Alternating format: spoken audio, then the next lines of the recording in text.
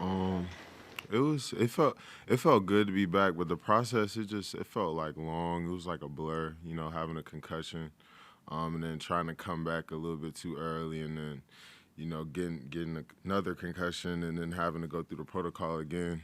Uh, it was tough, but it gave me a different appreciation for the game, especially it being my last year. Um, you know, I just wanted to. It was just tough, I wanted to get out there and play with my guys, and just having it gave me a different perspective for sure. But it was a rough process, but I got through it, was able to come back for Georgia Tech, and I felt good. When was the first concussion? Um, the first one was against Miami, on field goal.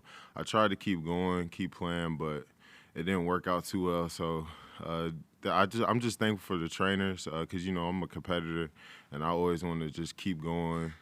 No, and it takes what it takes. So I just try to keep going and fight through it. But the trainer came to me and just was like, you're done. Like, take it easy. So they pulled me out the Miami game. Then the second one was at practice, on a Wednesday. Uh, just had just collision, boom, and then I didn't feel too great. Symptoms came back, so then they sat me down again. So that's what led to me missing the other week. But it was cool. It was a good experience. Just having to just learn to take it easy, and just being surrounded by such a good training room staff. Just they'll tell me to calm down. They know. So So it was the week of the NC State game. yeah, it was a week of the NC State game.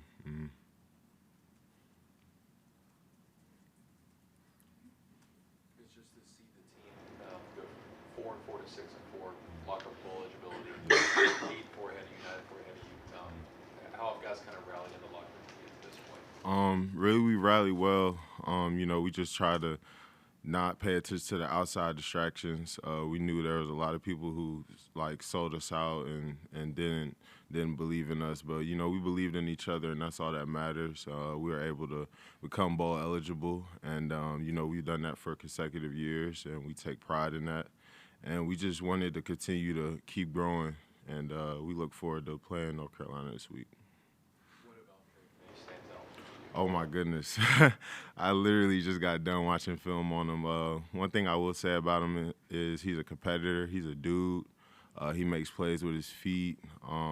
This guy's running after him, got him wrapped up, and he's throwing the ball, getting the ball off, completing, making touchdowns, making big plays. And, it's just exciting. He's an exciting guy to watch, and I can't wait to play against him on Saturday. What did y'all do last year to confuse them or get to them? Do you think maybe you got to them a little bit, and maybe that's why you struggled some in the red zone? Yeah, I feel like it was just like the pressure that we applied. We feel like if we could apply pressure to him, we could affect the game a lot. Um, just having to speed up his reads and his progressions, and I feel like we handled the tempo and things very well. Um, we handled the run game really well, and just really, it's really just having him contained, not letting him get out the pocket too much. So yeah. What have they done? I saw they had 508 yards against Miami. They obviously went up and down the field on Duke. Those are two of the best defenses in the league besides you guys. What have they done to really get after people and move the ball consistently? Really, I think it's just their tempo. They don't really do too much like pre-snap as far as movement. I seen a little bit of like they did a little bit of shifting against Duke. I feel like that got to them really well. And they just have a lot of great weapons. They got a great quarterback out there who can make any throw on the field. They got a powerful running back, great offensive line, and they got some great pieces on the outside. So I feel like it would be a great matchup for us, a great test for us. Top 10 offense versus top 10 defense. So it's going to be exciting for sure. Senior week is always full of traditions and memories and things like that. What's your favorite part about this week, and has that changed at all now that you're in it? I'll say my favorite part about this week is just like, seeing all the guys just buy in and wanting to give it their all. Just wanting to leave the seniors out on a winning note in the Valley. I know we didn't get an opportunity to do that last year with the loss to South Carolina, but I feel like this year everybody has like a different appreciation for the Valley. I know we had some losses here and there. But I mean, like, I could just see it in everybody's eyes. Everybody just was so appreciative of all the older guys and just everybody, just in the staff, you know, just appreciating the seniors. So everybody's just coming out this week. The folks is just having good energy at practice and just enjoying the moment, smelling the roses. But at the same time, getting ready for North Carolina. So I'm excited.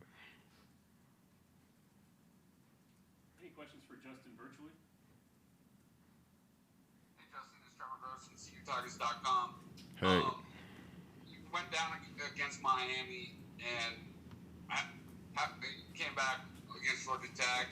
Must have felt great to get a sack right off the bat. But going back to that Miami game, how hard was it to sit helplessly on the sideline and watch them? The defense clearly struggled, but without you in the fourth quarter, couldn't get Miami off the field, and then the lose in overtime.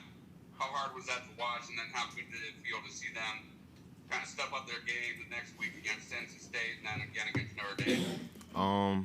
You know, it was hard in that moment, but in that time, you really can't just sit in that moment and just feel helpless for yourself. That was my whole mindset, and you know, it's bigger than me. It's a team effort, and at the end of the day, guys have to step up, which they did. They did step up, and I appreciate them for that. And you know, I just had to take it from a different perspective as far as just like, you know, leading the guys more vocally, not being able to lead by example. So it definitely taught me a lot, and it was fun to see guys step up. Thanks, Justin. Thank you. Anybody else for Justin? Are you a crier? You have any tears your senior day?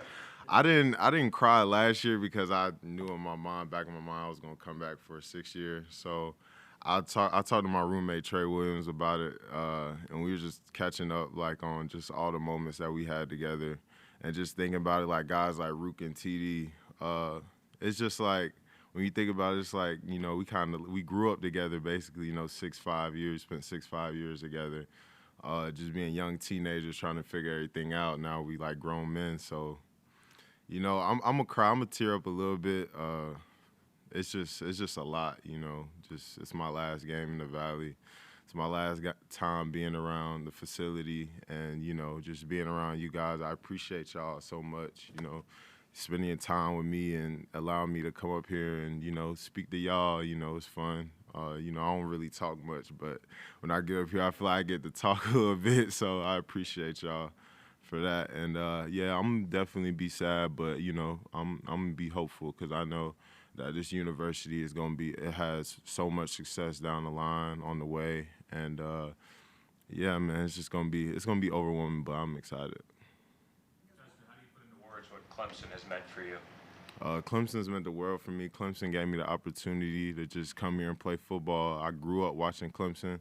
You know, I'm from Georgia. I was never a Bulldogs fan, but I always something about that orange and just watching guys like Vic Beasley and stuff like that play, and Todd. You know, Todd's on the staff now, and like I tell him, like, yo, I used to watch you play like on TV, and it's crazy that he's a coach now, but it just means the world to me. Sweeney has been great to me. Coach Ski has been great to me. Everybody's been great to me and taught me so many valuable things, valuable lessons about life, not just football.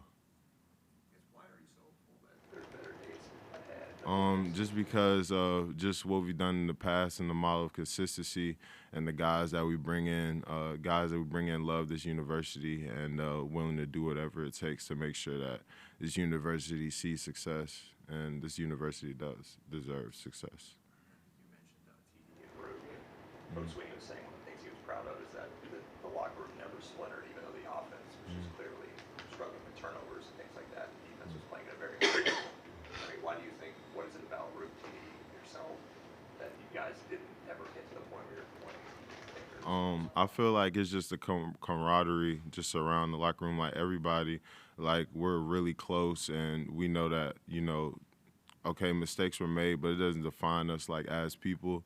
And we have the understanding of each other, and we know how to address each other about certain situations so that we can like be successful in the end, because it is a group goal. It's about the offense, defense, and special teams coming together and to make the dream work. And I feel like if we just know how to communicate with each other and get certain points across so that we could be successful in the end.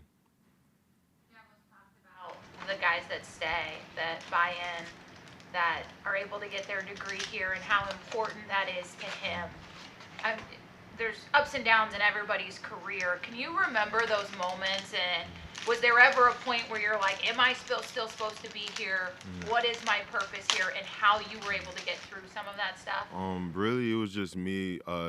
You know, I feel like, you know, you have to, like, in situations like that, you kind of have to figure it out. I feel like I kind of just figured it out. And my whole thing was like I just had to worry about control what I could control and let everything just fall into place. And yes, there were times where I struggled. I mean, like, I was young. I'm young, 18, still trying to figure it out in college. Parents at home, you know. And it's so different because, you know, in high school, you know, you could just go to your parents and give them a hug. I can't give them a hug now, so it's like they're far away. So I'm trying to figure everything out and just find people that I could trust and talk to about situations. Like my roommate Tré, we sit down after practice, talk. We talk about our whole day. Like we'll sit down, talk about the week. What do we think? Like, you know, and it just helps to have people like that. And that's why Clemson's such a special place, because like I could find people to talk to about whatever I was struggling with, whether it be mentally or physically. And I feel like that's just a huge plus, you know, to how Coach Sweeney recruits guys and make sure that the team, you know, chemistry, and it's guys that you can relate to and talk to, not just coaches. And I really appreciate that. Anybody else for Justin? Hey, Justin, I didn't know that you and Tré were roommates. How excited is he about finally being able to see the field? He has a couple more games that he can play here postseason. Yeah, Tré, he's real excited about it. I just try to tell him, you know, just stay focused and just keep the main thing, and just stay healthy for the most part, and just always try and just be careful, be mindful of everything that you do.